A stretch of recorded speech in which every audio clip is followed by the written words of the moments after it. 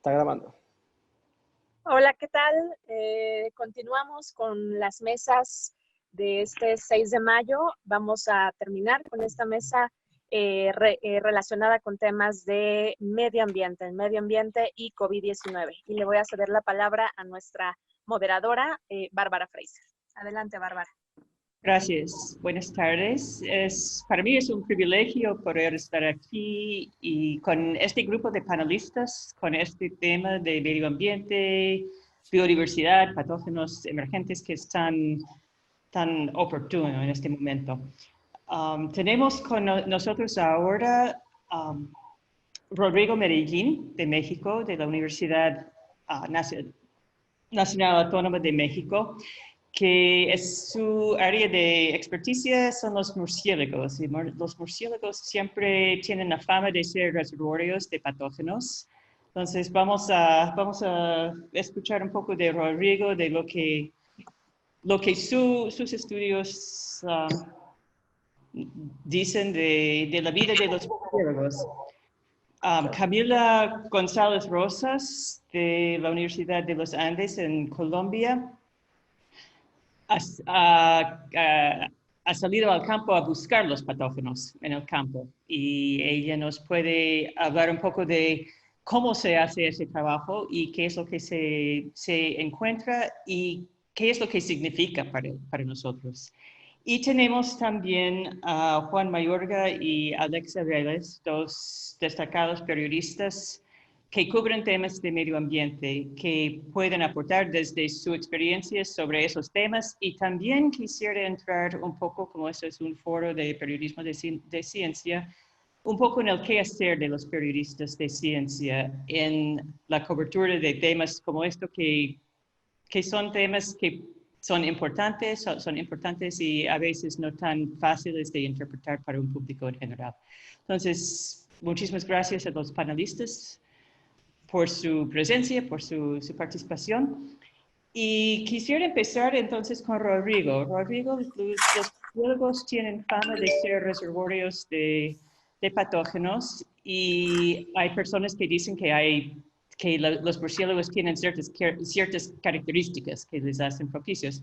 Pero justamente hace poco Daniel Streicher, que es un investigador de murciélagos vampiros, que publicó un paper que dice que no es cierto, es simplemente la probabilidad de que un animal sea reservorio tiene que ver más con la cantidad de especies en un grupo taxonómico que con las características de una especie o de un grupo.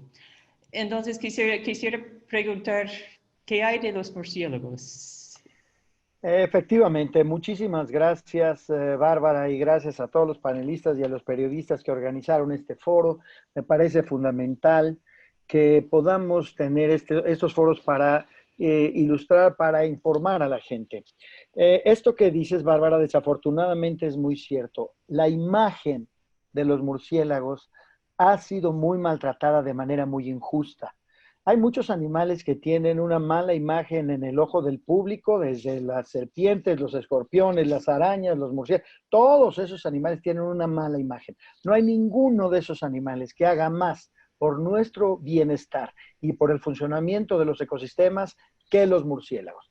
Por tres elementos principales: el control de plagas, controlan millones de plagas, cada millón de murciélagos, y en México nada más de una especie, en el extremo norte de México tenemos más o menos 20 millones de murciélagos guaneros, una especie, que destruyen aproximadamente 10 toneladas, cada millón de esos murciélagos destruye 10 toneladas de insectos cada noche, primero.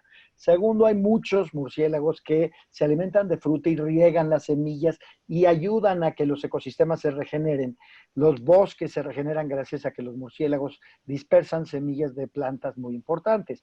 Y tercero, la polinización. Hay muchas plantas que son ecológicas o económicamente importantes y que tenemos muchos beneficios nosotros y los ecosistemas gracias a los murciélagos. Desafortunadamente, hay muchos académicos por allá afuera que han encontrado el camino fácil, como ya los murciélagos tienen una mala imagen, simplemente se van por ese caminito y diciendo, ay, los murciélagos te van a venir a pasar las enfermedades, incluidos personas que supuestamente tendrían una reputación que defender, han estado en días recientes diciendo increíblemente que el que te pase un murciélago volando junto te expone a los virus. Eso, Bárbara, es completamente falso, completamente falso. Baste decir, y con esto cierro esta participación, con que el SARS-CoV-2, que es el virus que causa el COVID-19, es un virus humano. Es un virus que los humanos estamos transmitiendo entre humanos. Los 3.8 millones de seres humanos que hoy están infectados, o por lo menos que tenemos el conocimiento de esos casos, han sido infectados por humanos. El que el murciélago pase junto a ti, un murciélago cualquiera, y vuele junto a ti, no te expone a nada. Quiero que quede perfectamente claro eso. Gracias. Muchísimas gracias, Rodrigo. Camila, tú has salido al campo en búsqueda de los patógenos y la primera vez que conversé con Camila, cuando le hice una entrevista el mes pasado, yo le pregunté si se podría encontrar patógenos emergentes, nuevos patógenos en un lugar como la América Latina, porque siempre se escucha de Asia, de China, de otros lugares. Y ella me dijo que si los buscas, los encuentras. Entonces, Camila, quisiera preguntarte, ¿cómo haces la búsqueda? ¿Cómo encuentras un patógeno en la naturaleza? ¿Qué haces y dónde los encuentras? Bueno, también quiero agradecer por la invitación. Me parece maravillosa esta oportunidad. Y respecto a la pregunta de Bárbara, nosotros, dependiendo del patógeno que busquemos, tenemos que dirigirnos a diferentes organismos. Entonces, yo históricamente he trabajado con leishmaniasis y leishmaniasis se encuentra tanto en insectos vectores como en mamíferos. Por lo tanto, tenemos que salir a campo y poner trampas tanto de insectos como de mamíferos para tomar las muestras en cada uno de estos. Pero tal vez el trabajo más interesante que hemos hecho recientemente ha sido con virus. La pregunta que queríamos contestar era si el virus del Zika tenía un potencial de pasar desde los humanos, en los que fue introducido a América, hacia los animales silvestres. Y entonces este fue un proyecto que hicimos en colaboración con el Centro de Control de Enfermedades de Estados Unidos, y en ese momento salimos buscando los hospederos en los que potencialmente el Zika podría establecerse.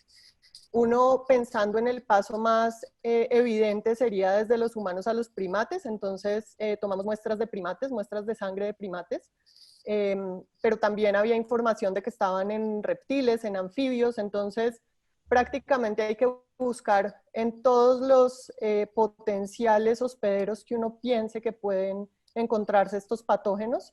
Y por supuesto también, si está buscando enfermedades transmitidas por vectores, adicionalmente tiene que buscar en los insectos. ¿Y dónde buscas? ¿Dónde tienes la mayor probabilidad de encontrar esos patógenos que pueden pasar de animales a seres humanos? ¿O de animales silvestres a animales domésticos? Sí, en ese contexto es importante enfocarse en todas las poblaciones que están cerca de lugares intervenidos. Entonces, puede ser zonas, por ejemplo, de cultivo que se han establecido después de un proceso de transformación de ecosistemas. Pueden ser asentamientos humanos que se han establecido cerca de bosques también para llevar a cabo actividades económicas. En el caso de Colombia, por ejemplo, las actividades petroleras llevan una gran cantidad de personas o se hacen establecimientos más bien humanos relativamente grandes en nuevas regiones. Ahorita también las introducciones de cultivos de palma de aceite. Entonces, todos esos asentamientos humanos que estén cerca de lo que originalmente fue una cobertura original. Posiblemente son los lugares donde con mayor probabilidad los animales domésticos y los humanos van a entrar en contacto con los animales salvajes. Gracias, Camila. Juan, tú has escrito mucho sobre temas ambientales, también sobre cambio climático. Para ti, ¿cuáles son los lugares, los temas que más se relacionan con este tema de los patógenos? ¿Cuáles son los temas que los periodistas deberíamos estar cubriendo o cuáles son los enfoques que deberíamos estar dándoles a estos temas? Hola Bárbara, gracias por la introducción, gracias a la Red Mexicana de Periodistas de Ciencia y Factual por organizar este magnífico espacio y a los panelistas que nos acompañan. Mira, esta pregunta yo creo que es totalmente pertinente en medio de una coyuntura tan aguda como esta, porque en realidad los temas siempre deberían de ser transversales y pues al menos algo que yo procuro desde mi trabajo periodístico es utilizar estas coyunturas para tocar esos ejes transversales que desde mi punto de vista deberíamos de hablar de las fronteras planetarias para tener como un acercamiento más integral y que nos permita pues no perdernos y no disectar el mundo y el conocimiento de una manera que siempre estés con tu cobijita que es chica, descobijando un lado para tapar el que ahorita te urge, ¿no? O sea, desafortunadamente no hay vuelta de hoja, tenemos que lidiar al mismo tiempo con lo importante y con lo urgente. Entonces, el enfoque de crisis ambientales y de fronteras planetarias nos permite tocar base al mismo tiempo con problemas de suelo, con deforestación, con biodiversidad. Y, por ejemplo, en lugar de ver esto como un problema, o sea, estoy hablando del COVID, ¿no? De verlo como toda la información que necesitamos ahora abrumadoramente, también es una buena oportunidad para hablar de esas otras cosas que siempre quedan en el tintero y que desafortunadamente no sacamos porque falta interés, ¿no? O sea, ahora, hablando de murciélagos, porque desafortunadamente están de moda por un mito muy desafortunado, como repetía Rodrigo, o sea, ¿por qué no poner sobre la mesa estos otros servicios ecosistémicos? O sea, he visto publicadas como apologías de una sola especie que como que surgen más de la caridad que del entendimiento. O sea, no hay una historia que realmente me haga sentir en deuda con esta especie, más allá que una especie de filantropía con ella, y que, por ejemplo, nos ayude a atender problemas paralelamente, que debería ser la virtud de complementariedad de estos enfoques. O sea, si hablamos de, ahorita Camila mencionaba a los virus y otras enfermedades transmitidas por vectores. Pues yo vivo en el estado de Oaxaca, en el sur de México, y aquí tuvimos el año pasado un problema bien grave con el dengue.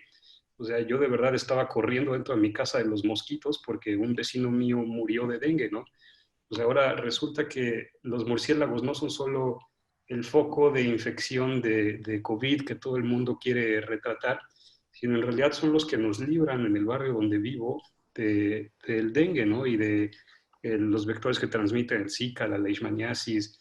Entonces deberíamos de aprovechar este momento para hablar de eso en el plano de los servicios ecosistémicos, o sea, hablar de que ahora mismo los trabajadores del campo son nombrados esenciales en todo el mundo. O sea, de alguna manera el murciélago es un trabajador del campo, ¿no? Igual que las abejas, y es uno de una dimensión incalculable que tendría que tener estatuas por todos lados si hubiera suficiente conciencia social. Entonces es como el aikido, ¿no? Tenemos que aprovechar la fuerza de esto para montarnos en la ola de atención y saber contar historias que enriquezcan, además de deprimir, ¿no? Uno no quiere que la gente se corte las venas. Aquí también tenemos que echar mano del periodismo de soluciones para contar la historia, señalar la problemática y después apuntar a cosas que funcionen y las métricas para monitorearlo. Bien, gracias, Juan. Alexa, tú lees, editas artículos de toda América Latina constantemente. Tú has visto muchos de esos temas desde muchos enfoques. ¿Cuáles son los temas relacionados a a este gran tema que estamos viendo, ¿cuáles son los subtemas que no estamos viendo? O si quizás hay un tema grande que no estamos viendo, ¿cuáles son los temas huérfanos, digamos, que merecen mayor cobertura o mayor consideración? Primero que nada, gracias Bárbara, ¿cómo estás? Y también agradezco a los organizadores por realizar este evento tan importante en estos días y por todo el esfuerzo para convocar y realizar todos estos paneles. Realmente el trabajo ha sido fantástico. Y sí, yo cubro temas ambientales para toda Latinoamérica y desde el inicio de la pandemia nos dimos cuenta que era un momento para traer, ¿no es cierto?, a la agenda pública también y a la discusión temas bastante relevantes, ¿no? Un poco llevándolos hacia la relación que existe entre la pandemia y el medio ambiente, ¿no? Hay muchos temas relacionados, por ejemplo, cuando pensamos en el impacto en el medio ambiente, estamos hablando de deforestación, contaminación, ampliación de la frontera agrícola y ganadera, tráfico de vida silvestre, temas muy relacionados a lo que estamos viendo ahora con el tema de la liberación o el brote de estos patógenos, un poco como lo estaba explicando Camila, ¿no? Entonces, un tema, por ejemplo, que estamos siguiendo ahora mismo en nuestra cobertura, el tema de mafias ambientales, ¿no? De mafias ligadas a delitos ambientales, ¿no? Todos estos problemas que vemos en el medio ambiente, que impactan la biodiversidad, son manejadas por redes de crimen organizado, ¿no? Que lo terrible es que en medio de esta cuarentena están operando más que antes y con mayor impunidad, ¿no? Nosotros hemos estado sacando en las últimas semanas varios artículos sobre tala ilegal, minería ilegal, tráfico de especies, ¿no? Invasiones a áreas protegidas, y todo está pasando en este contexto y en un momento en que es tan importante pensar en la relevancia que tiene mantener estos ecosistemas saludables, ¿no? Porque de ello depende también en cierta manera la salud humana, ¿no? Entonces, esos son algunos temas que creo que hay que seguir cubriendo y que no hay que perder de vista. Y por otro lado también el impacto que tiene la operación de estas mafias en los defensores ambientales, en las comunidades indígenas. Ellos son los que, hay distintos estudios científicos que demuestran y confirman que los territorios cuidados por poblaciones indígenas son los mejor conservados, ¿no? Entonces, justamente las mafias en este momento, como lo hemos visto en varios países en estos días, están atacando a los líderes ambientales, ¿no? Durante la cuarentena han sido asesinados líderes ambientales en Colombia, en México, en Brasil, en Perú, aprovechando este momento, ¿no? Entonces son temas que sí no hay que perder de vista también, ¿no? Por otro lado, creo también que hay que considerar los eventos ambientales globales que se iban a celebrar este año y que se han ido postergando, que están relacionados, ¿no? La COP26 se va a postergar la fecha de realización de este evento. Sin embargo, los expertos muy ligados a este tema sí están haciendo el hincapié en la importancia de que los países igual no se olviden de que tienen que cumplir con sus planes nacionales para evitar las emisiones de gases de efecto invernadero, los famosos NDC. Es decir, la postergación de la COP no debe ser una excusa para que no presenten planes nacionales.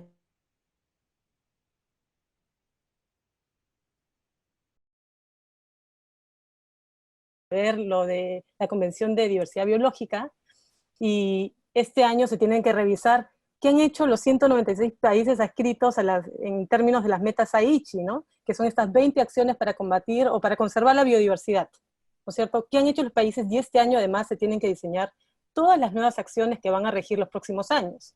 Entonces, no hay que perder de vista, yo creo, estos dos temas puntuales, porque entiendo obviamente que la crisis obliga a los gobiernos a atender temas más importantes ahora, ¿no? Los temas de la crisis sanitaria, social, pero creo que no debemos perder de vista que están ligados y que estos eventos no tienen que pasar desapercibidos, ¿no? Por otro lado, las áreas protegidas, ¿no? Están cerradas, tenemos los guardaparques dentro y sin embargo tenemos incursiones dentro de áreas protegidas en Bolivia, ¿no? En Madidi se han detuvieron unas embarcaciones sacando tapires, en Carrasco, 200 invasores que trataron de meterse al parque. Ha pasado, estos dos casos puntuales en Bolivia se me vienen ahora mismo a la mente, y entonces creo que no hay que dejar de pensar en que las áreas protegidas, si bien están cerradas, siguen siendo espacios vulnerables, y son espacios que conservan justo estos fragmentos tan representativos de ecosistemas que hay que conservar, ¿no? Y finalmente, creo que también tenemos que hacer un aporte en hacer historias que también levanten un poco el ánimo a la audiencia, a la gente, ¿no? Porque son momentos muy difíciles, Y nosotros estamos, por ejemplo, desde Mongabey tratando de difundir muchas imágenes de cámaras trampas, científicos contando el trabajo que hacen con estas imágenes.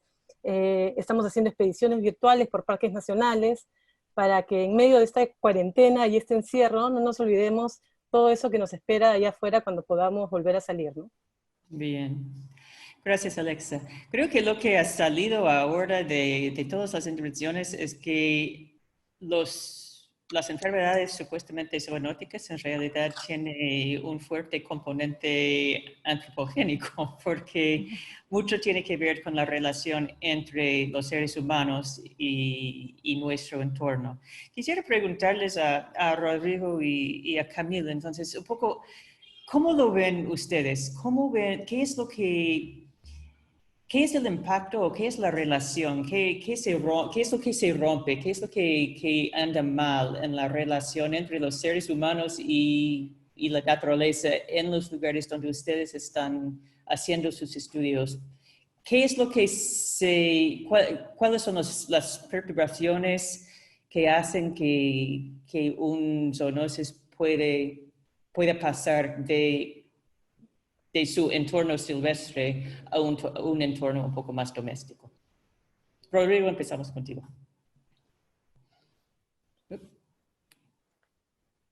Estás con mute. Perdón, entonces voy primero. Sí, por favor. Ok, bueno, muy bien. Gracias por la pregunta, me parece muy, muy elocuente y muy oportuna. Estamos ahorita enfrentando a nivel planetario la primera crisis de origen medioambiental. Vienen más y vienen peores. El cambio climático nos va a agarrar completamente fuera de base y va a tener unos efectos mucho más profundos que lo que está teniendo esto. Entonces, ahorita con esta coyuntura, con esta cuarentena, etcétera, todos, absolutamente todos, los más de 140 personas que están conectadas ahorita con nosotros, pero todos los demás seres humanos, estamos aprendiendo un montón de lecciones. El punto central aquí es que realmente esas lecciones las absorbamos y las pongamos en práctica en nuestra vida posterior a esta pandemia. Ese es el punto central. Hay dos elementos particulares que quiero resaltar con respecto a tu pregunta, Bárbara, en relación a cuál es la conexión entre los seres humanos y el medio ambiente que ha determinado esto.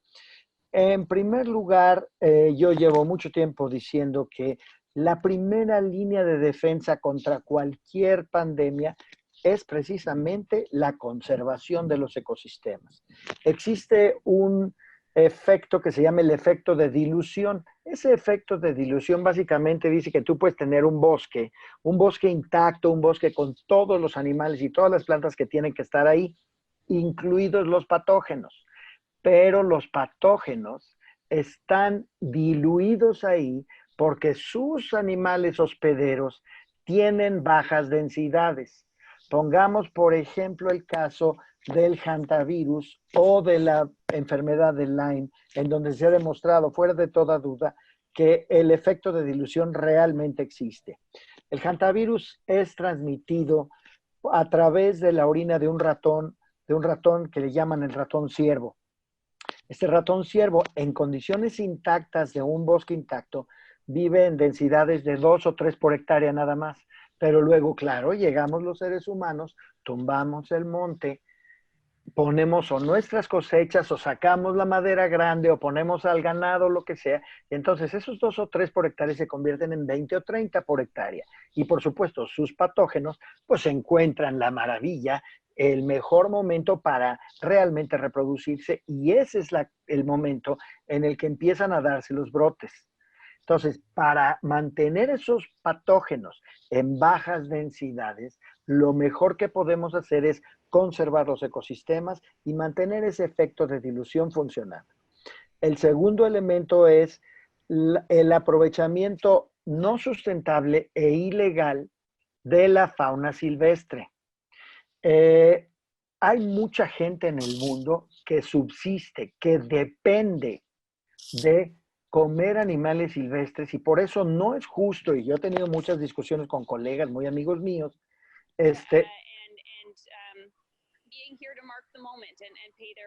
quién sabe qué pasó. A ver si lo pueden poner en mute a ese amigo porque se nos metió. Bueno, el caso es que tristemente mucha gente en el mundo depende de esa proteína silvestre, de la carne de monte para subsistir. No se puede hablar de que vamos a eliminar el uso, la cacería de cualquier animal silvestre. Eso no se puede hacer. Tenemos que... creo que ya sé lo que es. Tenemos que usar básicamente el principio de la precaución, de básicamente ver cómo podemos utilizar esos animales, pero de manera sustentable. Entonces, todo lo que tiene que ver con el uso no sustentable hay que eliminarlo. Todo el uso ilegal hay que eliminarlo. Matar animales hoy por hoy no sirve de nada, no resuelve ningún problema y acaba causándonos más daños a nosotros, sean murciélagos o no. Y esto, siento decirles, va directamente de la mano con la manera como producimos la proteína que nosotros en las ciudades utilizamos. Las gallinas, los cerdos, las reses están siendo utilizados de una manera que simplemente no es conducente a la salud de los animales o de nosotros. Quiero recordarles la serie de brotes que ha habido de la influenza aviar. Muchos de esos brotes han salido de granjas de gallinas, donde las tienen hacinadas por miles en un cobertizo y que una de esas gallinas, pues acaba enferma y por supuesto todas las demás acaban enfermas. Entonces es momento también de esas lecciones a las que me refiero, de aprender nosotros cómo ayudar a que la industria que produce la carne que consumimos nosotros sea más respetuosa de los derechos animales, más sana tanto para los productores como para los consumidores y más segura para el futuro, de manera que no haya estos brotes. Entonces, los elementos están claros. Protección de la biodiversidad, uso sustentable limitado de la proteína animal de carne de monte y replanteamiento de la forma como producimos carne industrializada para los mercados de las ciudades.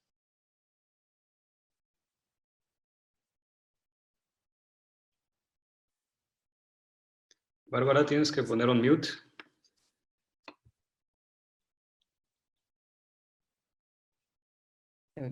Ya, gracias, Rodrigo. Eso me hace recordar algunas entrevistas que yo he visto con científicos que han dicho que no está claro que el SARS-CoV-2 haya salido necesariamente del mercado de Wuhan, ni de un mercado de ese tipo. Recuerdo que un científico ha comentado que si él tuviera que buscar, si tuviera todo el dinero y el tiempo que necesitara, él buscaría en esas granjas de animales silvestres, donde se crían animales silvestres en condiciones de hacinamiento. Camila, quisiera preguntarte a ti también un poco cómo lo ves tú en esa frontera entre zonas urbanas y zonas rurales donde tú has hecho tu investigación de campo, su trabajo de campo. ¿Cuáles son las características que encuentras allí o cuáles son las formas que se podría mejor controlar la expansión o la relación allí? ¿Hay una forma de hacerlo menos agresivo, un poco más, no sé, más conducivo más propicio a la convivencia de seres humanos y animales silvestres? Sí, yo creo que completamente de acuerdo con lo que planteaba Rodrigo. Hay algo que es importante mencionar y es cómo la seguridad alimentaria del planeta compromete la conservación de los ecosistemas y empieza a jugar como un papel en el que el ejemplo que se me ocurre ahorita concretamente es los cultivos de arroz, por ejemplo, que en África se propone la iniciativa de aumentar los cultivos de arroz para mejorar las condiciones de sus habitantes, pero en paralelo esos cultivos de arroz son criaderos de insectos anófeles transmisores de la malaria. Nosotros encontramos escenarios de ese tipo constantemente y yo creo que en particular en Colombia el ejemplo que tenemos con nuestras investigaciones es encontrar que los insectos transmisores de la enfermedad de Chagas, que son triatominos, tienen la capacidad de colonizar los cultivos de palma de aceite, que están aumentando su extensión de una forma dramática, pero adicionalmente esos insectos, hicimos una prueba recientemente con uno de mis estudiantes de doctorado, son resistentes a los insecticidas, es decir, en los cultivos, los cultivos de palma de aceite, al tratar de controlar las plagas, se utilizan unos insecticidas que serían potencialmente los mismos que se tendrían que utilizar en el control de vectores si se quisiera controlar un brote de enfermedad de Chagas. Entonces, estos escenarios paralelos en los que, por un lado, se están optimizando, digamos, algunos recursos y por el otro lado se está comprometiendo ese equilibrio que estaba mencionando Rodrigo, son como escenarios en los que debería ponerse particular atención. No sé si existiera una forma de hacerlo sostenible. Realmente yo creo que relacionado con tu pregunta anterior, nuestra forma de vida no es sostenible. Nuestro crecimiento económico, nuestro como frenesí de ser hiperproductivos en todos los aspectos, compromete de una forma que, como lo hemos hecho hasta ahora, no creo que sea sostenible. Entonces, yo soy muy optimista y me gustaría pensar que este llamado de atención que hemos tenido con el coronavirus sirva para de alguna forma empezar a poner particular atención a ese tipo de situaciones. En las enfermedades transmitidas por vectores, los sitios de cría de los vectores van a aparecer en cualquier parte. No importa qué tanto tratemos de urbanizarnos, qué tanto tratemos de como mejorar nuestras condiciones, cualquier matera va a servir para que en su plato con agua se esté criando el Aedes aegypti, y así con otras enfermedades podemos tener ejemplos de cómo no es porque nos urbanicemos o vivamos en mejores condiciones que necesariamente vamos a lograr deshacernos de estos patógenos que tanto nos asustan. Gracias. Estamos recibiendo ahora algunas preguntas de las personas que están asistiendo. Muchísimas gracias a todos por sus preguntas. Alexa, hay una pregunta específicamente para ti, preguntando qué se puede hacer, cómo se puede profesionalizar el periodismo de medio ambiente y el periodismo ambiental en este caso. ¿Qué es lo que se necesita para hacer un buen periodismo ambiental? ¿Qué es lo que se hace bien? ¿Qué es lo que se falta hacer? Es una demanda de una especialización. Creo que dentro de las carreras de periodismo en general, yo recomendaría y creo que es necesario que exista una especialización para aprender a cubrir esos temas. Yo creo que es algo que no es, ¿sí me escuchan? Yo creo que no es algo complejo, ¿no es cierto? Desde aprender, por ejemplo, a leer un paper científico, ¿no? Que la primera vez que uno enfrenta leer un paper científico es como casi aterrador, ¿no? Porque tiene toda una estructura, ¿no? Pero uno va aprendiendo que tienes el abstract, que tienes la metodología, que tienes la discusión, y que finalmente ese paper tampoco es la última palabra, o ese hallazgo no tiene la última palabra, sino que tienes que ver publicaciones afines que se hayan publicado antes para que puedan conversar entre ellas, y luego de eso poder escribir algo, ¿no? En ese sentido es muy importante, por ejemplo, el estar en contacto con los científicos, ¿no? El tener una buena relación con ellos, establecer un buen puente, porque nosotros básicamente demandamos y necesitamos mucho y hacerles muchas preguntas para poder entender estos contenidos, ¿no?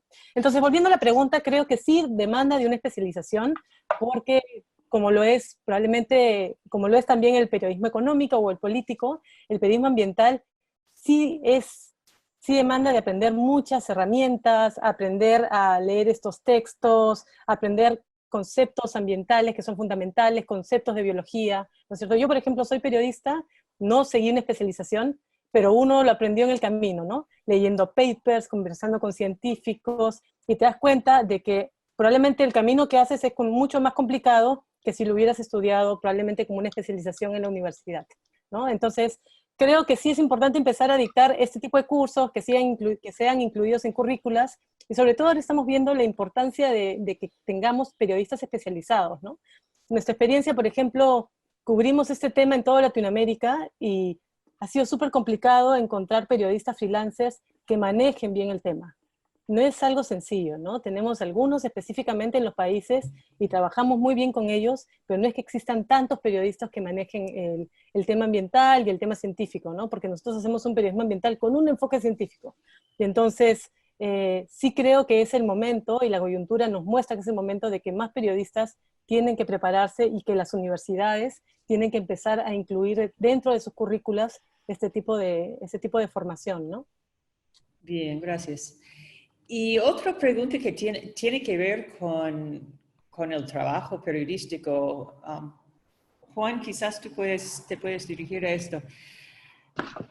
Ahora, como muchas personas en América Latina, los periodistas también, y las periodistas también estamos en cuarentena, estamos con el movimiento restringidos. Yo personalmente suelo salir al campo también, acompañar a investigadores o visitar comunidades, y no puedo. Desde Lima, estoy en Lima, en una ciudad de 10 millones de personas, en un departamento sin saber mucho de lo que está pasando alrededor. ¿Cómo se puede reportar sobre temas de ciencia, temas de medio ambiente, si no podemos desplazarnos mucho? ¿Cuáles son las técnicas, cuáles son las herramientas que necesitamos usar ahora en esta época de coronavirus?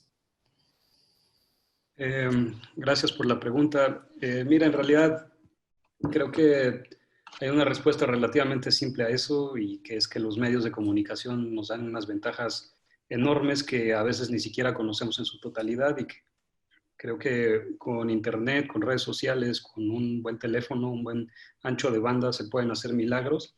Entonces simplemente a veces necesita voluntad y paciencia, ¿no? Yo quería regresar a varios puntos que se están acumulando y que ya están haciendo una conversación muy sabrosa. También recuperando la pregunta que le hicieron a Alexa anteriormente sobre cómo profesionalizar el periodismo ambiental. O sea, yo estoy de acuerdo en que hay muchas vías, muchas herramientas un tanto técnicas que se tendrían que estar viendo más, pero también quiero ser realista con el contexto. Yo quiero que politicemos también esto en un buen sentido, que indaguemos también, cuestionemos las causas estructurales detrás de nuestro trabajo en nuestro ambiente laboral. Y voy a esto porque yo creo que no se puede hacer un periodismo ambiental profesional mientras no haya una demanda, mientras los medios estén en crisis, mientras el modelo de negocio de los medios esté fallando y esté siendo cooptado por, de hecho, las mismas razones que nos tienen en crisis a nivel planetario, incluyendo las crisis ambientales, ¿no? Y con esto voy a este debate del antropoceno, que es como el gran marco, el gran tiempo geológico en el que estamos viviendo, y donde se inscriben tanto el cambio climático como la desertificación de la tierra, la pérdida de biodiversidad, el derretimiento de las capas glaciales, las migraciones climáticas, tantos otros fenómenos tan complejos y de tan larga envergadura que apenas alcanzamos a empezar a dimensionar, porque esto es lo que está detrás es el hilo conductor de todos estos fenómenos atípicos, y tenemos que problematizarlo de esa manera. No es el arroz que se siembre en África y que cause emisiones de metano o lo es en un sentido técnico, pero por Dios es arroz para alimentar a comunidades en África que padecen en muchos países un rezago brutal e histórico, ¿no? O sea, en todo caso, tendríamos que evitar esa fijación por la molécula de carbono, de gas de efecto invernadero y empezar a cuestionar la realidad socioeconómica detrás. O sea, porque del otro lado celebramos los grandes proyectos hidroeléctricos que también causan emisiones monumentales de metano. Aquí en México tenemos a los tecnoentusiastas de las grandes energías hablando maravillas de la explosión del shale gas en Texas, ¿no? Cuando por Dios es un crimen atroz que se está cometiendo contra la tierra y contra los mantos freáticos, o sea, el uso de técnicas de fractura hidráulica para alcanzar fuentes de energía no convencionales está también llevando a unas emisiones de metano brutales que me atrevo a decir que compensan por mucho las que estén pasando en África. Y eso no lo cuestionamos porque eso entra dentro de la corrección política de nuestros analistas financieros. Y aquí es donde a lo mejor me van a empezar a calificar de sandía porque pues dicen que los ambientalistas rojillos son como las sandías, ¿no? Verdes por fuera y rojos por dentro. Pero en realidad creo que ese es el elefante en el cuarto y que no podemos dejar de señalarlo. O sea, este antropoceno, hay una conversación científica muy seria que en realidad lo llama capitaloceno, porque es este sistema de producción y consumo el que nos está llevando a cosas atroces en todo el planeta, bajo la ilusión de que todos vamos en el mismo barco y que es una responsabilidad común, compartida. O sea, cuando en realidad sabemos que las fuentes de emisiones, de esta manera que nos han metido en este problema, corresponden al inicio de la revolución industrial en Europa Occidental y después a su consecuente crecimiento en América del Norte. Y, o sea, está tan compleja la discusión que si no entramos a este tema, la verdad le estamos dando rodeos y nos estamos dando a tole con el dedo. O sea, tenemos que, además de todas las cualidades técnicas que requieren, sí, de mucha preparación, de mucho acercamiento, de leer miles de abstracts, de hablar con cientos de científicos, también nos requieren ser autocríticos y aprender a quitarnos ese paternalismo epistemológico de creer simplemente en lo que nos mandan desde arriba. Aquí yo diría que, por ejemplo, una de estas grandes, y con esto cierro, una de estas grandes contradicciones en nuestro trabajo como periodistas es que tenemos que actuar en informar cuando todavía se puede. O sea, ahorita, por ejemplo, ya está el COVID en todo el mundo. O sea, ya es demasiado tarde en cierta medida para tratar de paliar, mitigar los efectos del COVID. Lo que deberíamos estar haciendo es cuestionar el mismo sistema de producción de esta proteína industrial que además nos enferma de muchas otras maneras, que además devasta la naturaleza, reduce la biodiversidad, causa tantos problemas, para evitar los próximos brotes epidémicos que sabemos que van a venir, porque ya han estado viniendo, ¿no? Y ahora la gente se asombra cuando Bill Gates había predicho esto en algún momento hace unos pocos años, cuando era obvio que se venía, así como es obvio que se vienen fenómenos dantescos como migraciones climáticas, porque va a haber una gran parte de la población viviendo temperaturas equivalentes a las del Sahara, porque van a empezar a fallar las pesquerías en las corrientes del Atlántico y del Pacífico, porque va a haber como tal perturbación del orden natural global que nos vamos a empezar a meter en cosas que van a hacer empequeñecer abrumadoramente esta crisis del COVID, ¿no? Pero el problema es que si esto contradice la lógica periodística, que es de atender la cosa urgente, novedosa, pues es difícil hablar de los murciélagos y que tu editor te compre eso cuando en realidad él quiere ver como un murciélago mutante, ¿no? Que mata gente así, que además asalta con navaja y que además es comunista o no sé qué cosas absurdas quieren ver, cuando tendríamos que hablar de lo obvio. O sea, los sistemas, los ecosistemas dentro del sistema mundo tienen que ser conservados y tenemos que saber contar otro tipo de historias, no llegar a tratar de resucitar al muerto con inyecciones de adrenalina. Gracias. Nos están llegando una serie de preguntas un poco más científicas. Entonces quisiera quizás enfocar un poquito más y después volver a abrir algunos de esos temas más grandes que nos han planteado Alexa y Juan. Rodrigo, han llegado algunas preguntas que tienen que ver con murciélagos o otros animales como reservorios o hospederos. ¿Cómo se sabe cómo se determina cuál es el reservorio, cuál es el hospedero? ¿Cómo es esa cadena de movimiento de lo silvestre a lo doméstico? ¿Qué pasa con los patógenos en esos casos?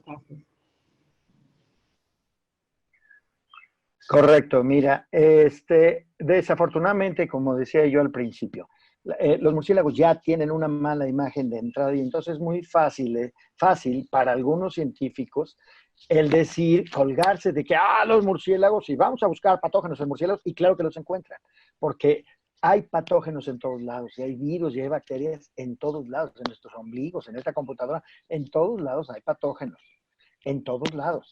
Entonces, lo que tienes que pensar es cómo es que esta gente, cuando inició este tema, se fueron directos sobre los murciélagos. Y ahí tenemos que pasar al tema de los coronavirus como una familia. Son aproximadamente 40 especies descritas. Hay algunos expertos por allá en Nueva York que dicen que son cientos, que quién sabe cuántos, pero ellos no han publicado nada de que sean cientos. Son 40 los que se han publicado. Y esos 40 son 33 que no tienen ningún efecto negativo en nuestra salud, que no hacen nada, no nos pueden ni siquiera entrar en el cuerpo. 33 de los 40 coronavirus conocidos. De los 7 que quedan, 4 nos pueden causar una gripe, un resfrío, una cosa así, y pasa y se acabó. Y los otros 3, uno es el SARS coronavirus de 2003 más o menos, que por ahí vi una pregunta que también se les había colgado a los murciélagos y tampoco fue posible demostrar que viniera de los murciélagos. Y luego el MERS, que también les colgaron a los murciélagos y que no viene de los murciélagos, sino de los camellos. Y finalmente que la gente dice que viene de los murciélagos, no viene de los murciélagos. Lo único que se puede decir hasta el momento actual es que el SARS-CoV-2 que causa el COVID-19 y un virus de los murciélagos, un coronavirus de los murciélagos, tienen un 96% de similitud genética. Eso no dice que sean el mismo y no dice que vengan de allí. Eso lo único que dice es que el SARS-CoV-2 puede haber compartido un ancestro con el virus de los murciélagos. Es más, si ahorita algún sabio loco en algún castillo de Transilvania saca el virus de los murciélagos que se parece al SARS-CoV-2 y trata de infectar a una persona, no lo va a poder lograr, porque el virus de los murciélagos tiene una proteína en la capa externa del virus, que es la que hace como de llave en cerradura para poder abrir la puerta de la membrana celular humana. Pues ese virus de los murciélagos no tiene la llave correcta y por lo tanto no puede infectar las células humanas. Entonces, puede haber sido, pero todo esto es hipotético, que un animal haya adquirido un virus de un murciélago y en ese animal ese virus haya mutado o haya mezclado su material genético con otro virus que ese animal hubiera podido tener, y entonces puede haber brincado a un ser humano a través del mercado de Wuhan, a través de alguna cosa que todavía no está clara. Pero quiero también aquí hablar de un par de temas adicionales. Uno es nuestra obsesión con estar buscando el culpable. ¿Quién fue el culpable? Vamos a agarrar al culpable. Parecemos la reina roja, que le corten la cabeza. No, eso no va a resolver absolutamente nada. Entonces, lo que tenemos que hacer ahorita es saber cuáles son los factores que determinaron que saliera esto, todos los factores ecológicos y medioambientales que ya hemos comentado, y tomar precauciones ahorita para que no vuelva a aparecer una pandemia de estas dimensiones, que ahí vienen, seguro que vienen, pero tenemos que echar nuestras barbas a remojar ahorita. Y el otro tema que quería yo comentar es al que Juan se refería, de que ustedes los periodistas hablan con los científicos. Y es muy importante esa conexión periodista-científico. Pero tristemente no son muchos los científicos que hablan con los periodistas y que quieren hablar con los periodistas para que los periodistas comprendan el mensaje.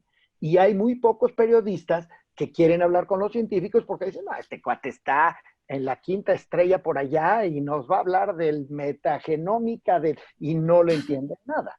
Aquí el punto es que los dos lleguen a un punto medio en donde el científico y yo he desarrollado una alergia total a usar vocablos tecnológicos que no sirven absolutamente de nada más que para alienar a tu público.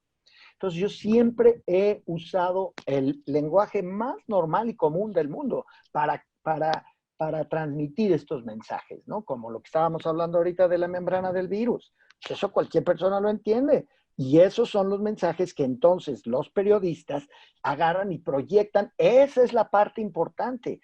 No saben cómo nos hemos encontrado en mi propio instituto con académicos que están en la Torre de Marfil y que desde allá dictan las sentencias con unos lenguajes todos floridos y que nadie les entiende y que, claro, nadie les hace caso. ¿Y qué pasa? Que la ciencia está subestimada en todos nuestros países porque pues, nosotros no somos capaces, a pesar de que vivimos del dinero de todos los mexicanos, no le estamos dando a los mexicanos lo que ellos realmente están pagando por nosotros. Es responsabilidad de nosotros el explicarle, el convencer al pueblo mexicano y de donde sea, que nuestro trabajo realmente sirve de algo.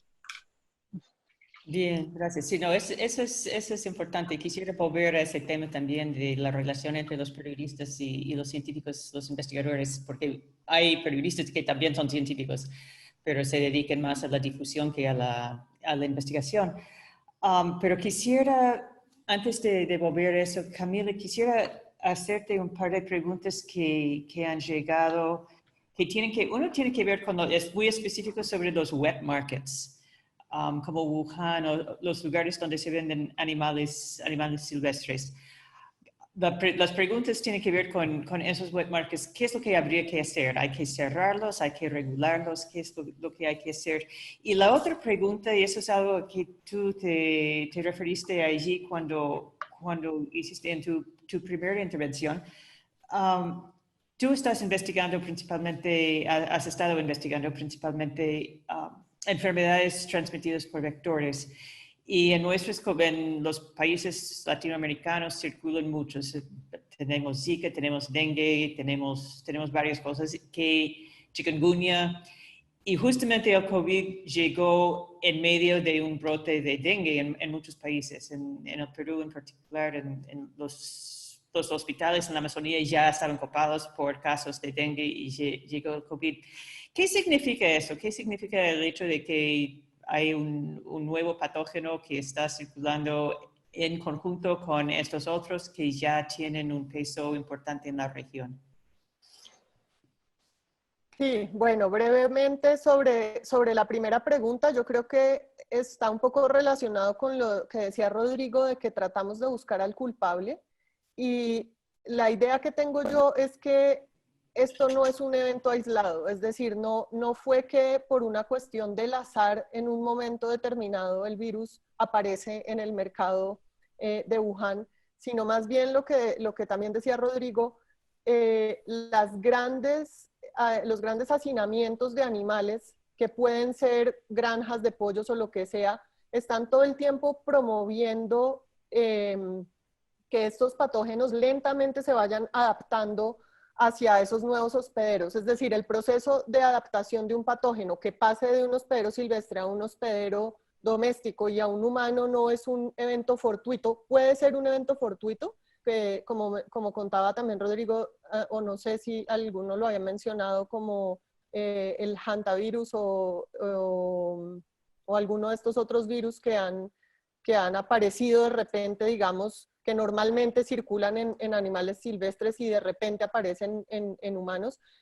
Yo creo que están promovidos por una serie de procesos lentos que van ocurriendo hasta que ya hay suficientes patógenos adaptados al nuevo hospedero como para que se dé el brote.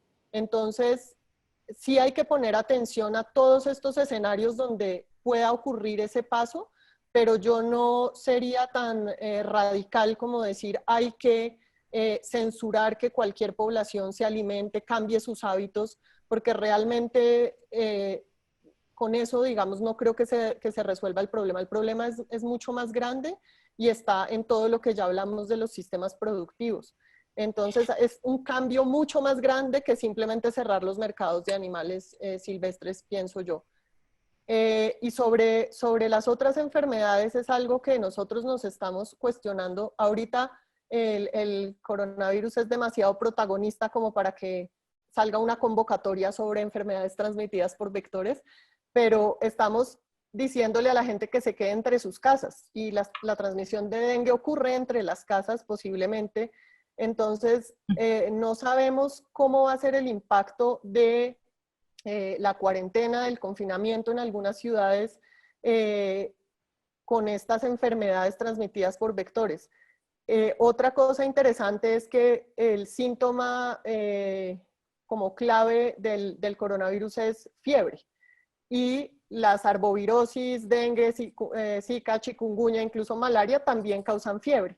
Entonces, un poco el temor que tengo yo es que puede ocurrir que vaya a haber un subregistro de los casos de todas estas enfermedades que no son coronavirus, pensando en que llega un paciente con unos síntomas de fiebre no muy graves, ¿cierto? Le hacen el chequeo y dicen, bueno, esta persona está saturando bien, no tiene mayores complicaciones respiratorias, la regresan a la casa y resulta que esa persona posiblemente lo que tenía era cualquiera de las otras enfermedades y generalmente en muchas de las regiones lo que ocurre es que el diagnóstico es clínico, simplemente la persona se le dice usted tiene dengue porque hay un brote de dengue y porque tiene los síntomas que corresponden con dengue, pero en este caso en el que va a haber tantos eventos de personas con fiebre que no vamos a saber a quién se los vamos a asignar porque además no a todos se les va a correr la prueba ni de coronavirus ni de dengue, posiblemente vamos a tener un subregistro importante de casos. Eso es lo que creo con respecto a dengue.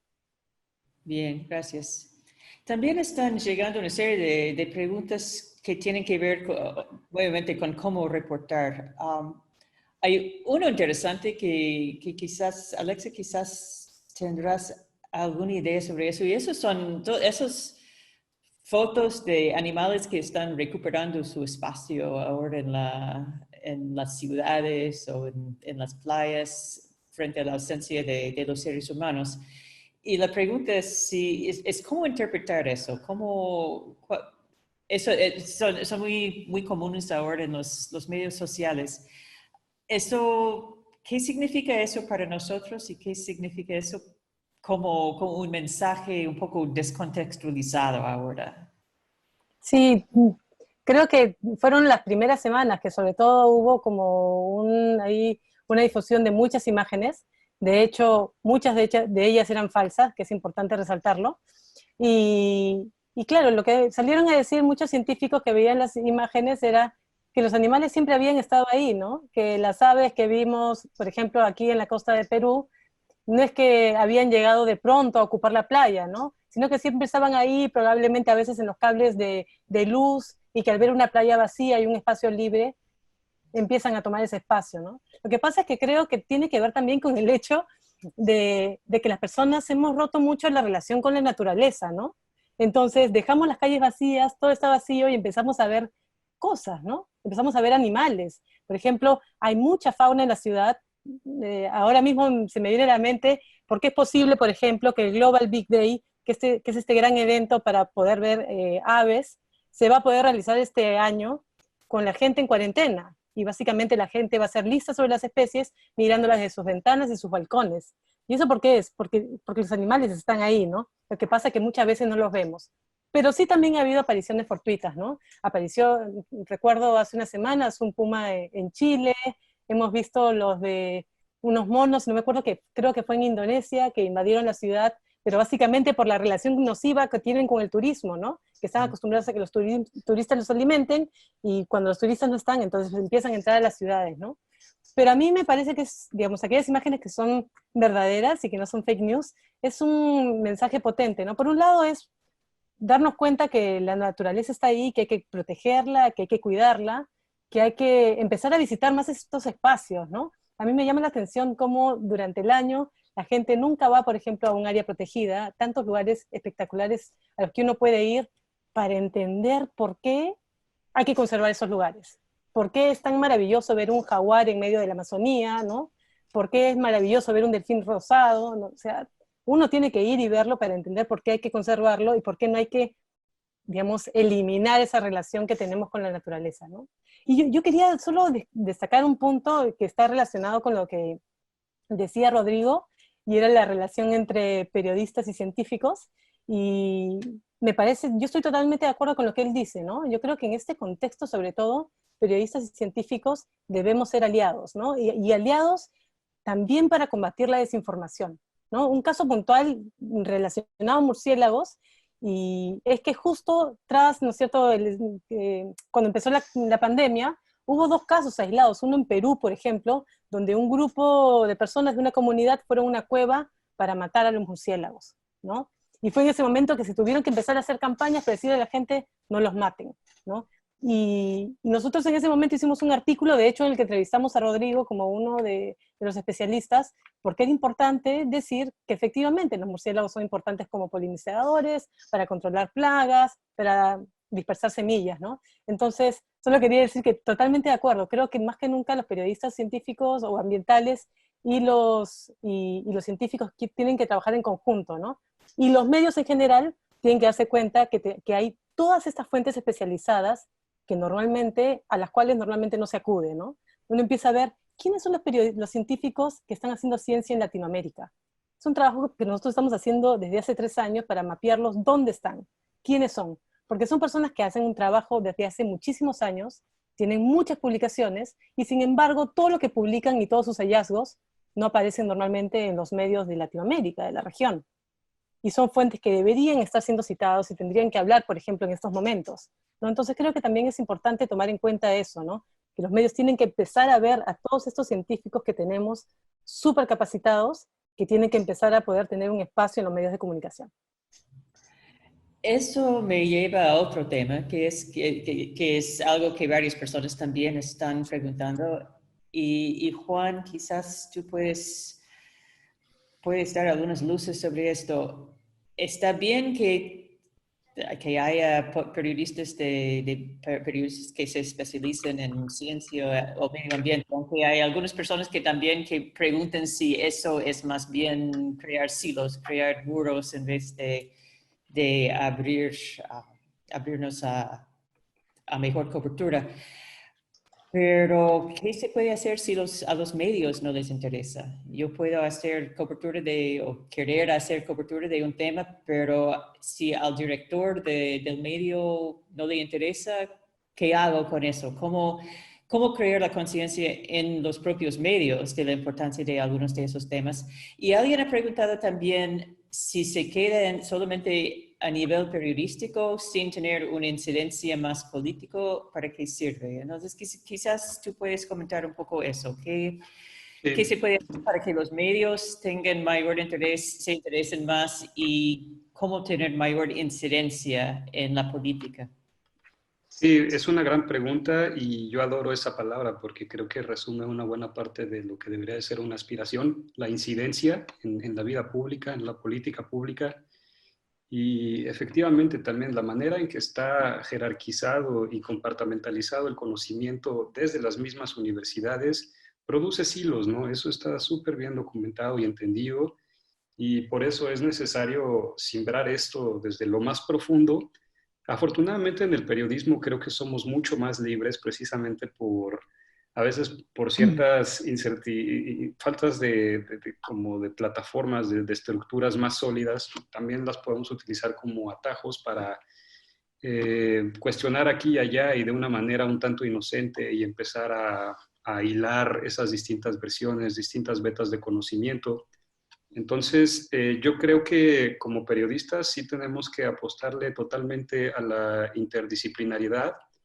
Yo me inclinaría mucho a apoyar también la mezcla con ciencias sociales, porque también hay una gran barrera ahí entre las llamadas ciencias duras y las ciencias sociales, y a veces muchos de los problemas que enfrentamos, de nuevo, son económicos, son problemas de significación, de sentido, ¿no? Problemas culturales, donde de hecho las soluciones tecnológicas están ahí y no se usan porque hay distintos entendidos de la realidad que tienen más que ver con psicología, con antropología, con economía.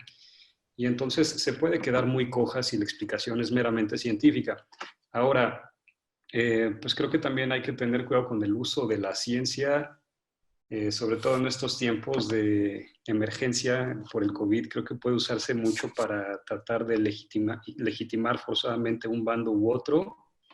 Y tenemos que ser honestos nada más como con la verosimilitud de la historia, del diálogo, con la integralidad, con lo que se supone que deben de hacer los periodistas, que es contextualizar, preguntar, contrastar, comparar.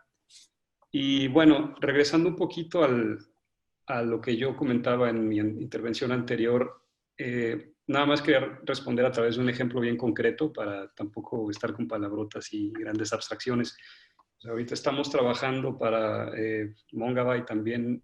Yo estoy en el estado de Oaxaca, que es un estado forestal del sur de México, y estamos siguiendo mucho las ventajas del aprovechamiento forestal comunitario, que es básicamente el tipo de aprovechamiento que hacen comunidades muchas veces indígenas, que desde hace pocas décadas, por una reforma política por la que se peleó mucho a nivel de estas comunidades, ellos tienen acceso a utilizar recursos de estos bosques y por esa vía han logrado unos niveles de conservación que son incluso mejores bajo muchos indicadores técnicos que los de las áreas naturales protegidas que administra el gobierno federal.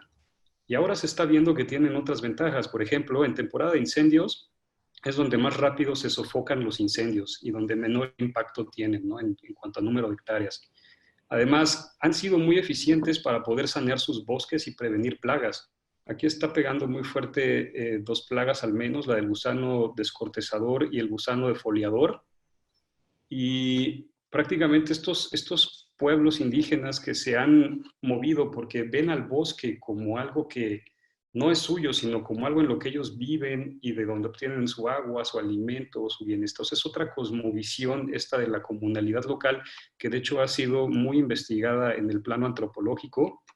Y es curioso porque, o sea, mientras ellos están logrando una conservación prístina del territorio, es bien complicado luego encontrar esta historia en otros medios, ¿no? Mongabay es un sitio especializado que le apuesta mucho por este tipo de iniciativas, es muy eficiente en narrar estas narrativas del sur global, pero por el otro lado vemos estas historias que contaba Rodrigo. Yo vi una apenas en CNN la semana pasada, así como conoce el equipo de científicos que sale a cazar los potenciales nuevos coronavirus.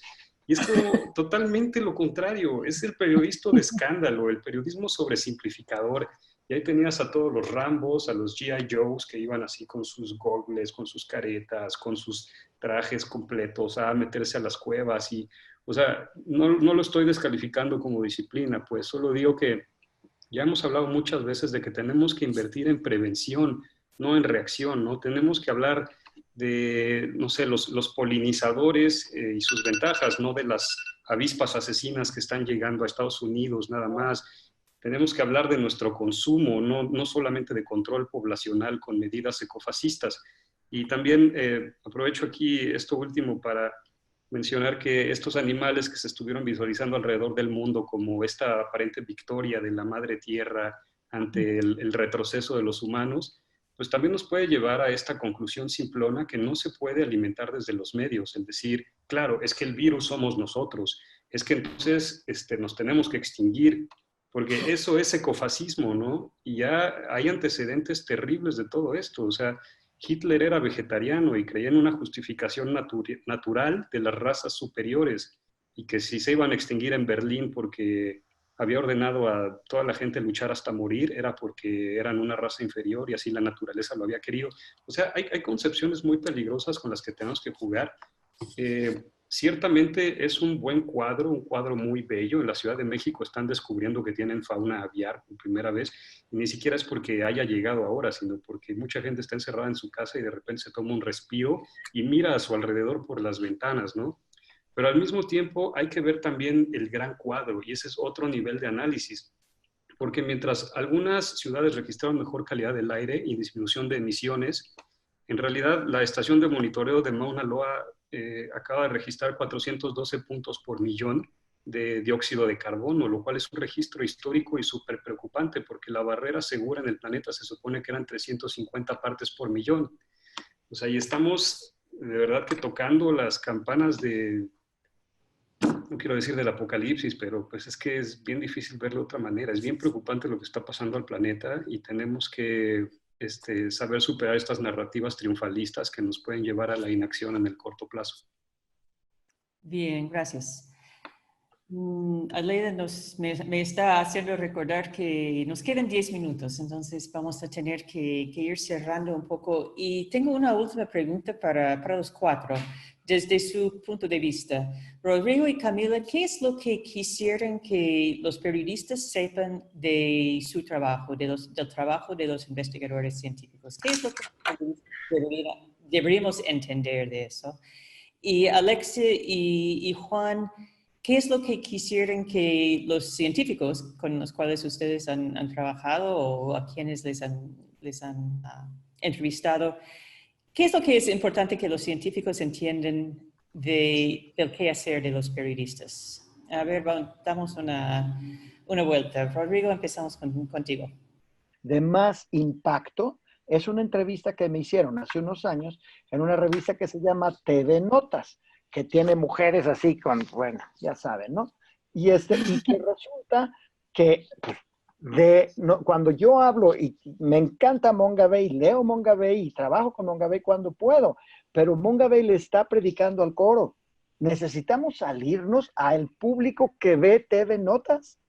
O sea, cuando me entrevistaron, y que era sobre todo con temas de murciélagos, etcétera, a la semana siguiente fui al mercado sobre ruedas, la señora de los limones, por favor, me ve y me dice, usted es el de los murciélagos, y ya sé que los murciélagos no son malos. Casi le doy un beso a la señora, ¿no? Ese es el tipo de periodismo que usted tiene que salirse de estos encierros. Con una bata, haciendo cosas que nadie entiende. Y yo creo que es importante empezar a mostrar que somos como cualquier otra persona, hiperapasionados por lo que hacemos, pero que no es difícil mostrar lo que nosotros hacemos. Y a mí me gustaría, como pensando en tu pregunta de hacia dónde me gustaría que se dirigieran las cosas, sé que existen estas restricciones editoriales de que necesariamente hay que vender lo que está ocurriendo, pero yo creo que hacerle seguimiento a una cantidad de científicos que están en campo, en contacto permanente con una cantidad de historias muy interesantes. Yo creo que todos tienen una historia súper interesante que contar y no quedarse siempre en el esquema de que lo que se muestra de campo son especies nuevas o registros de algo extraordinario, ¿cierto? Y de resto lo que se muestran son cosas de laboratorio. Entonces hay como que cambiar la imagen de que los científicos no somos acartonados y aburridos, inasequibles, sino que prácticamente yo podría decir todo el equipo de estudiantes de colegio con el que yo trabajo podrían contar historias maravillosas y seguramente eso pone muy sobre la realidad la ciencia y deja de ser algo tan abstracto y tan aparentemente difícil de digerir. Bien, bueno, yo también puedo dar fe a eso porque yo he encontrado que muchas veces la respuesta más interesante que yo recibo de un investigador o investigadora es a la pregunta, ¿y cómo empezaste cómo te interesaste en este tema o cómo empezaste a investigar este tema? Esa pregunta arranca historias fascinantes y muy personales y muy relacionales. O sea, son los tipos de historias con los cuales cualquier lector, cualquier oyente, cualquier persona que mira televisión puede relacionarse. Porque allí está la pasión de la persona por su trabajo y es una pregunta que recomiendo a mis colegas porque a mí me han fascinado las respuestas que he recibido. Alexia y Rodrigo, ¿qué es lo que quisieran que los científicos entiendan del trabajo que hacen ustedes? Rodrigo, empezamos contigo. Juan Pablo. Perdón, Juan. Ahora sí. Lo siento, Rodrigo. Adelante. Perdón. Alexa, ¿empiezas? No, Juan. Ok. Está bien. Bueno, ya estoy en el micrófono. Yo estoy de acuerdísimo con Rodrigo. De hecho, yo creo que uno debe de trabajar y esforzarse lo más posible por visibilizar su trabajo, porque a fin de cuentas esto no se trata del ego, ¿no? De tu trabajo como una creación tuya. Se trata de visibilizar una situación que solo va a llegarse a ver a través de tu trabajo y que tiene un beneficio comunal y social, que además en este momento es urgente, ¿no? Eh, pues esta máxima periodística que explica las cosas como si se las estuvieras explicando a tu abuela para que las entienda. O sea, a los científicos les diría, o sea, si quieren una precisión impecable y si quieren tener los mismos cánones que en su ámbito, pues sigan escribiendo en sus journals donde los leen sus compadres del laboratorio y así entre ustedes se pelean, se comentan y seguramente va a ser muy productiva en ese ámbito, pero si quieres llegar a tener una incidencia real, pues busca el TV Notas, ¿no? El TV Novelas. O sea, y esto es una espada de dos filos, la especialización. Yo hace rato estaba criticando a CNN, pero yo también trabajé en CNN aquí en México y a la fecha, de hecho, mi nota más leída es una que hice sobre alimentación basada en insectos, la alimentación tradicional de muchas regiones de México como fuentes alternativas de proteína. Y, o sea, es un impacto que conté por millones, ¿no? Me hablaron hasta de Japón para pedirme las imágenes y autorización para usar la información. Pero por el otro lado, o sea, también es esto, ¿no? Tienen que saber los científicos que los periodistas luchan mucho en este dilema, ¿no? De lo que vende contra lo que importa. Y yo les recomendaría, que es la única garantía que hay, porque luego muchos científicos ingenuamente creen que tratando con periodistas están tratando con, no sé, un ámbito estrictamente profesional, que va a hacer las cosas siguiendo el guión, y que no hay irregularidades o no hay deficiencias o no hay intereses.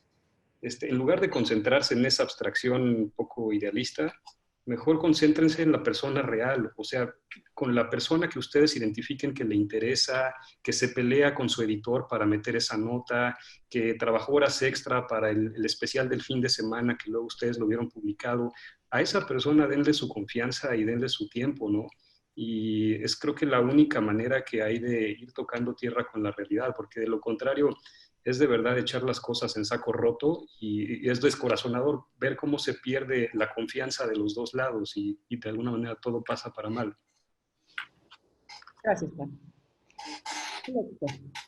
Sí, Que- sí, a mí me llamó la atención, de hecho, que en los últimos años yo veo un mayor interés de los científicos por querer comunicar. Y eso me parece que es importante, ¿no? No lo veía tanto al inicio, pero sí en los años recientes veo interés y ellos mismos te preguntan cuando tú estás entrevistándolos sobre un paper, pero ¿te quedó claro? ¿Se entiende? O te dicen, ¿tú crees que tus lectores lo van a entender? Y eso me parece un avance importantísimo, ¿no? Y yo la verdad que he tenido muy buena experiencia con científicos. Sé que algunos colegas no tanto, porque como decía Rodrigo, hay algunos que son como, están ahí en un lugar o en un pedestal y es difícil acceder a ellos, pero realmente que yo considero que he tenido una buena experiencia en las entrevistas. Coincido totalmente con Bárbara, que esa pregunta detonadora de cómo comenzaron, o por qué decidieron hacerse biólogos, o por qué les interesaron los jaguares, los murciélagos, siempre traen historias fascinantes. Y les pediría a los científicos paciencia, ¿no? Porque nosotros estamos leyendo sus papers, no somos científicos y van a tener que soportar que les vamos a tener que hacer muchísimas preguntas en nuestro interés por tratar de traducir esa información más compleja en información y en una historia que sea fácil de entender y que sea de interés para la audiencia, ¿no? Un tema que me parece importante también es que es importante que los periodistas y científicos estemos de acuerdo también para poner temas relevantes en la agenda pública, ¿no? Creo que juntos, por ejemplo, nuevamente vuelvo al tema murciélagos, pero es cierto, o sea, el tema murciélagos vinculado a la pandemia era un momento relevante para ponerlo en la agenda y para que la gente empiece a darse cuenta y empiece a discutir sobre el tema, para que luego hayan salido, por ejemplo, instituciones del Estado en Perú como Serfor a decir, y empezar a mandar comunicados e información diciendo hay que tener cuidado con no tocarlos, ellos no generan el coronavirus, etcétera, ¿no? Entonces, esta alianza es importante también. Creo que también es importante, a mí me parece fascinante el trabajo de campo de los científicos, pero también me he encontrado muchísimo que durante su trabajo de campo, ustedes son testigos de muchos problemas ambientales, de muchos delitos, de muchas cosas que están pasando en los espacios donde ustedes trabajan. Y yo encuentro importante el que esta información sea compartida, porque creo que los periodistas somos los llamados a poder hacer esta investigación de campo para hacerlo visible, ¿no? Cada vez veo más especies que son publicadas, nuevas especies que son encontradas, nuevas especies para la ciencia, y viene dentro del paper una mención en la que se dice, y ya fue declarada como amenazada, como en peligro, porque está en un lugar donde hay minería ilegal, etc. Entonces, esos temas que forman parte, ¿no es cierto?, que amenazan una especie, creo que también deben ser compartidos entre científicos y periodistas para poder cubrirlos, ¿no? Y finalmente, quería mencionar que yo sí veo un interés de parte de los medios de comunicación grandes por cubrir los temas de ciencia, ¿no? Nosotros, es cierto, como dice Rodrigo, que Mongabay escribe temas más especializados, ¿no es cierto? Tenemos una audiencia bien identificada dentro de los científicos, aunque nuestra idea es ampliar a una audiencia amplia. Y en ese intento hemos hecho alianza, por ejemplo, con cerca de 25 medios masivos en la región, 20 medios masivos en la región, y con lo que nos encontramos siempre es que ellos nos dicen, no tenemos periodistas para cubrir temas ambientales, ¿no? Además hay que tomar en cuenta la crisis de los medios de comunicación, que no hay suficientes periodistas para cubrir estos temas, y cuando nosotros compartimos nuestros contenidos, ellos encantados los comparten y los ponen en redes, y luego nos dicen lo bien que les ha ido, y el ejemplo más interesante es con esta red de Publimetro, que está en varios países de Latinoamérica, y que justamente las entrevistas de perfil a científicos son un éxito. Publican alrededor de 6 o 7 entrevistas de perfil cada mes que salen en la región en distintos países, y la gente cada vez está más interesada, ¿no? Porque finalmente estamos contando la historia de cómo científicos como Rodrigo o Camila hacen su trabajo de campo, los hallazgos que tienen, y también sirve para que muchas más personas y jóvenes y niños empiecen a ver en la ciencia como un espacio interesante y motivador al cual dedicarse, ¿no? No solo el periodismo ambiental. Gracias. Bueno, muchísimas gracias, Alexa, Juan, Rodrigo, Camila. A mí me ha encantado esta oportunidad de conversar con ustedes. Hemos quedado con muchos temas más que conversar. Espero que tengamos otra oportunidad. Les felicito por su trabajo. Les agradezco mucho por haber participado. Les deseo todo lo mejor en sus trabajos. Muchas gracias, Muchas Bárbara, gracias. Juan, Rodrigo, Gracias. Alexa y Camila, muchísimas gracias. Vamos a cerrar por el día de hoy. Yo quiero simplemente recordarles que mañana empezamos a las 10 de la mañana con la mesa 4 dedicada a retos éticos, bioéticos y periodísticos frente a un nuevo virus, que justamente en el que vamos a plantear pues esta necesidad de cambiar estrategias, dado que la ciencia está también cambiando, la generación de conocimiento está cambiando por la pandemia. Entonces, los invitamos a todos, vamos a seguir la conversación como hasta ahora en Twitter, con el hashtag Foro Virtual COVID-19, y ya estamos subiendo todos los videos de todas las sesiones en los canales tanto de Factual como de la red en YouTube. Muchísimas gracias por acompañarnos, a los panelistas, a Bárbara, muchísimas gracias, y a todos los que nos acompañaron, muchas gracias. Y Cerramos. no se vayan, una foto. Gracias a ustedes. Por favor. Jordi, gracias. Por favor, una última cosa. Por favor, tremenda sesión. Vamos a aplaudirles a nuestros panelistas así. Nuestra foto, claro. Periodistas no aplauden. Bravo. Periodistas le aplauden a grandes periodistas y a grandes científicos. Gracias a ustedes. De verdad, increíble esta sesión. Le estaba comentando a Leida por WhatsApp que he disfrutado cada intervención de cada uno de ustedes y también la moderación de Bárbara. Entonces, muchas gracias por acompañarnos. Vamos a, por favor, si pueden poner su cámara, las personas participantes y asistentes, vamos a tomar una foto de registro. Quiero decirles que ha sido la sesión más llena hasta este momento, 165 personas conectadas al mismo tiempo.